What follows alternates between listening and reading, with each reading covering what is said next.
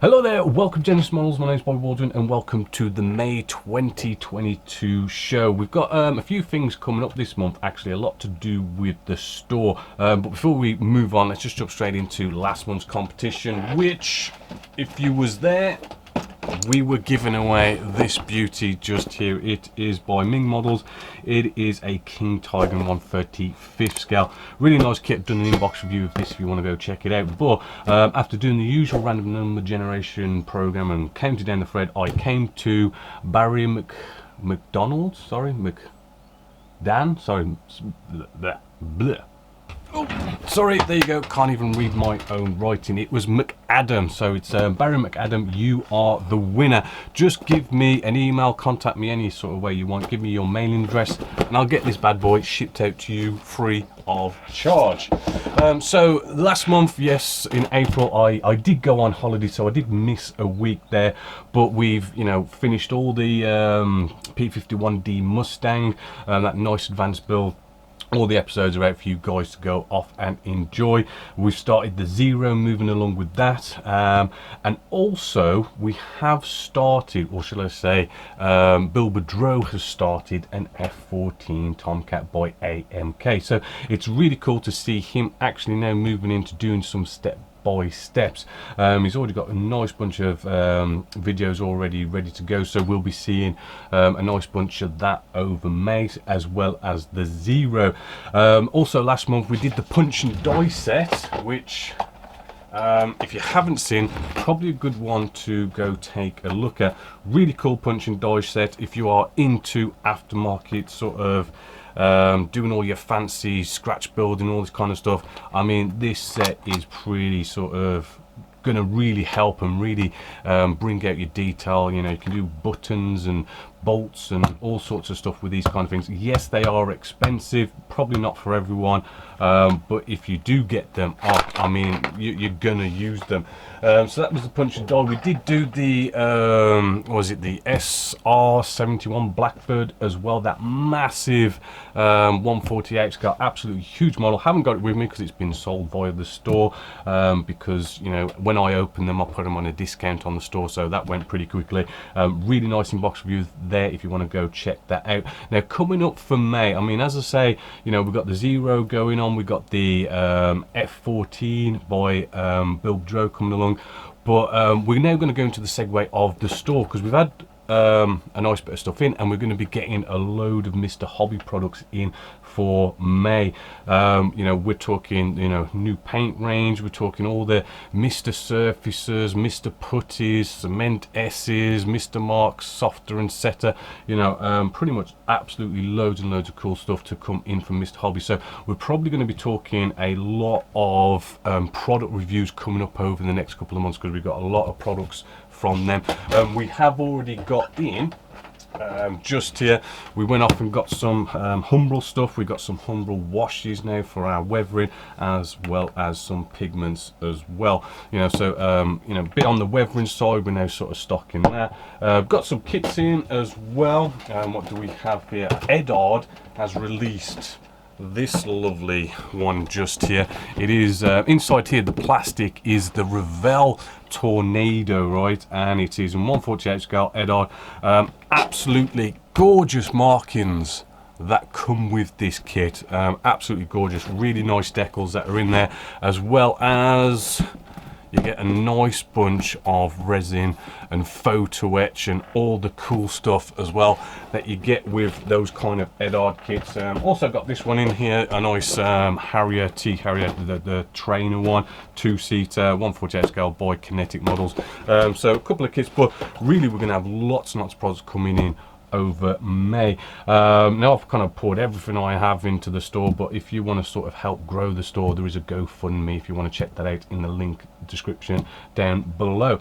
Next up we have this month's competition, which I'm going to be giving away.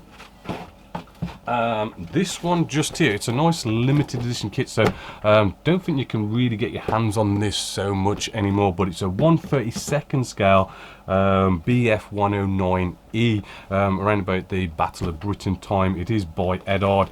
Absolutely loads of lovely markings. This kit is amazing. great surface detail, you know, you just cannot knock it. It's by Eddard, really nice kit. If you want to be in it to win it, as always, get over to the forum where there'll be a competition section for May 2022, and all you got to do is post in there anything you want. Count me in, something to that effect, comments, feedback, whatever. Just post in that thread and you are entered, and I'll announce who's the winner next month. And then now let's move along with top pick of the month, best that I saw on the forum as final reveals, and that is kind of clearly going to Chameleon 2009. Congratulations, you did an absolutely awesome Trumpeter 1/32 scale SU-27. Absolutely gorgeous, massive kit, bags of detail, but the effort to go off, and for one, the whole sort of camouflage scheme, it's that sort of digital style kind of camouflage theme, so lots and lots of masking up on that. Really sort of a tedious job, but they do look amazing if you've got the time and patience to do that kind of thing. Absolutely looks gorgeous. Go check it out. It's now going to be in the Genesis models gallery for everybody to see, so well done there for Chameleon 2009 for doing that absolutely cracker there. Next up, we've got some Q&A.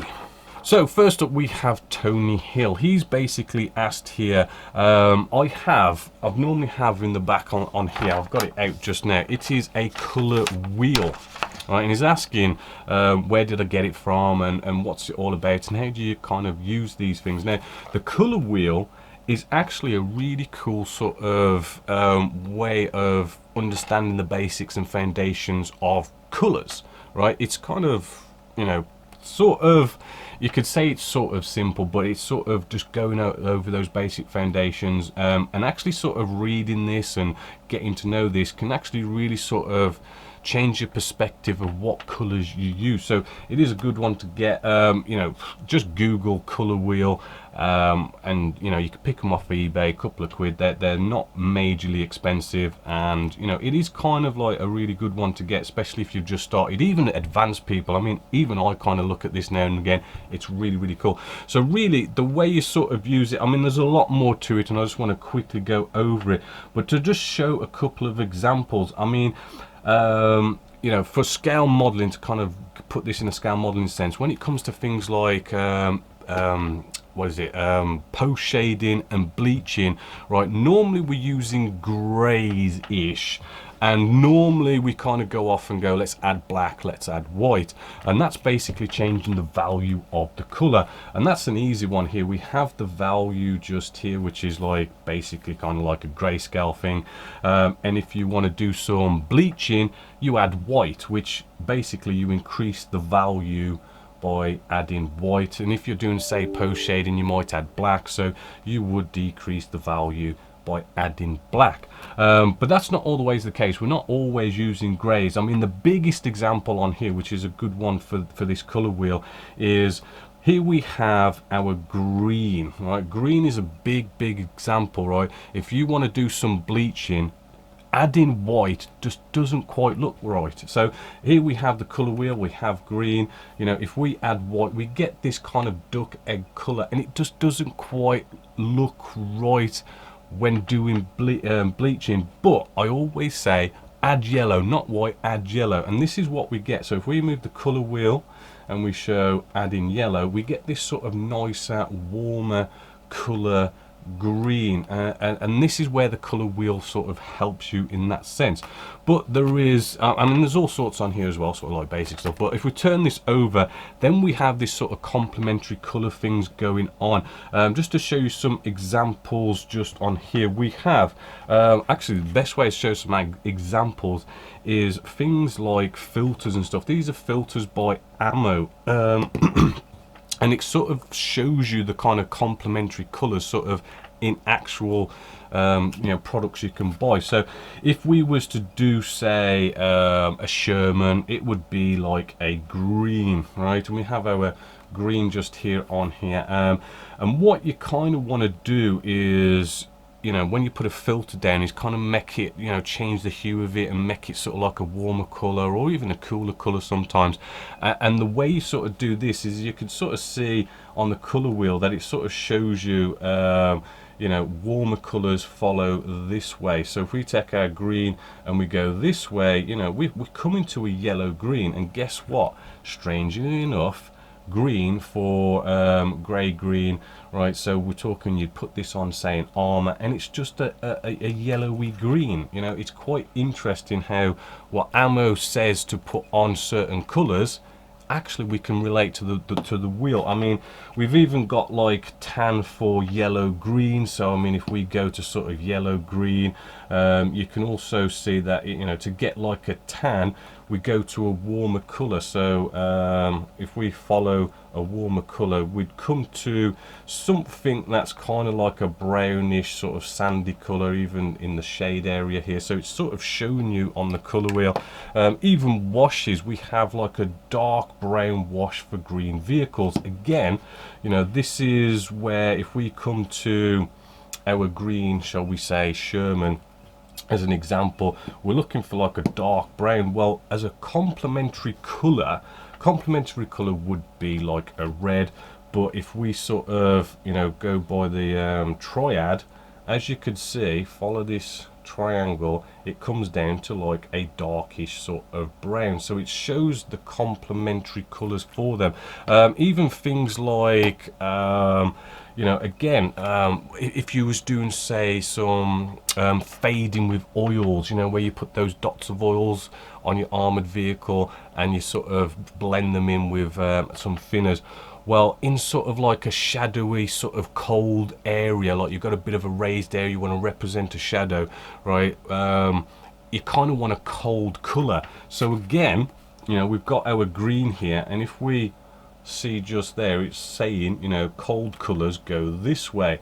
And again, a complementary color, or shall we say a triad color, would come to like a velvet color or a bluish kind of color. You could sort of go either one of them, or even blue itself, right? And that would give you a nice cold color.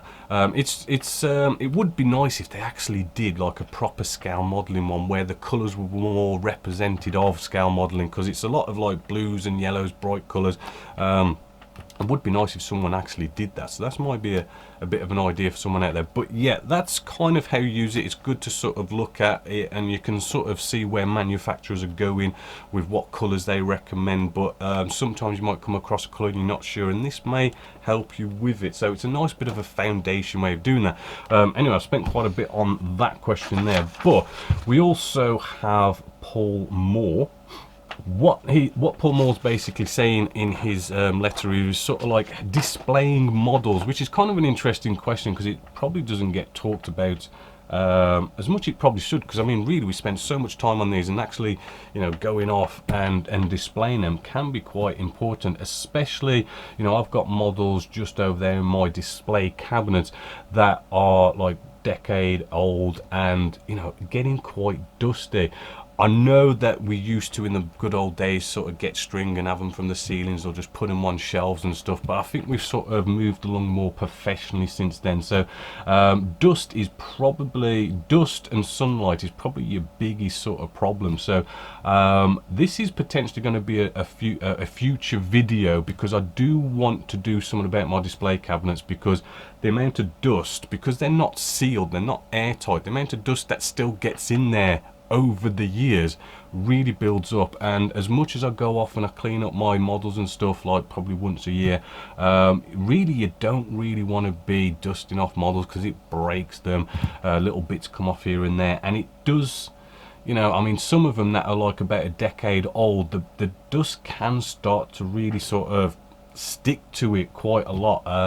You know, so maybe a future video I'm going to probably be looking at, you know, how to go about maybe kind of getting glass cabinets, or make up my own maybe, and how to sort of make them airtight. I mean, that is probably my recommendation, a glass cabinet so you can see them, but try and do a bit of DIY to actually, you know, make them as airtight as you can, so you don't get that dust going in there. And I say that might be a future video. Last one we have here was by Gordon Grant. What's he asking here? One thing to struggle with is, that was it, gluing painted parts. The way he describes this, he doesn't actually mention about actually what glue he's using, which I mean, normally when I use things like good old, you know, Tamiya extra thin cement, this kind of stuff, and maybe you're gluing landing gear or anything, but they've already been sprayed, I tend to find that it does dissolve the glue and it still glues in, it glues good, and I've not had problems in all these years. If you are sort of maybe having problems, yes, you can scrape away the paint. Maybe Gordon's using, say, super glue or maybe PVA glue or something, and maybe that's not maybe gluing as good to paint, right? So really the best way around it is to get rid of the paint, but kind of keep in mind that glue will glue better to something that is rough. I mean, you could scrape away the paint with, say, a blade, but you're going to have a smooth surface. You know, if you can like sand it down with a really coarse sanding stick to kind of make that part where you glue really nice and rough, it's really going to be able to bond a hell of a lot better. Both, any kind of glue really, even Tamiya thin cement, even that being roughed up, can really sort of bring it together a lot nicer. So that's the Q&As. You know, get those Q&As in wherever and whenever over the next month, and I'll see if I can get them in there for next month's show. Apart from that, you know, do you know what, there's a lot going on this month, a lot beyond the scenes, because we're gonna have a load of stock coming in, loads of product reviews. I mean, I've got a couple of inbox reviews to go on there and all sorts of nice scale model building, so I'm looking forward to this month with personally with all the Mr. Hobby stuff coming in, because in all honesty there's a bunch of stuff I'm getting in I've never used either, so it'd be good to do a lot of testing. Other than that, hopefully you have enjoyed. Hopefully I'll see you around in the next video that's coming up. So until next time, as always, my name is Bob Waldron, this is Genessis Models, and I hope you've enjoyed.